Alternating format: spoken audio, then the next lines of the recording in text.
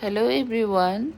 শীতের মধ্যে আমরা সবাই কম বেশি চিতই পিঠা খেয়ে থাকি, কিন্তু আমাদের সকলেরই একটাই অভিযোগ যে চিতই পিঠাটা খোলা থেকে উঠতে চায় না।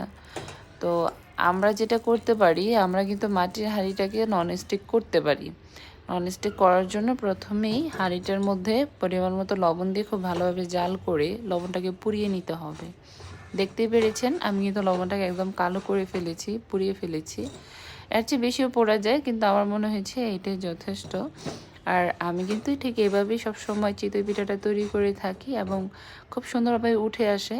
উঠতে মানে কোনোভাবেই নিজেকে উঠাতে হয় না, খুব সুন্দরভাবে ছেড়ে দেয়। যখন পিঠাটা হয়ে যায় খুব সহজেই এটা ছেড়ে দেয় তাওয়াটা।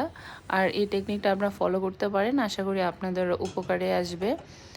ভিডিওটা এই পর্যন্তই। নতুন কেউ হয়ে থাকলে অবশ্যই আমার চ্যানেলটিকে সাবস্ক্রাইব করবেন।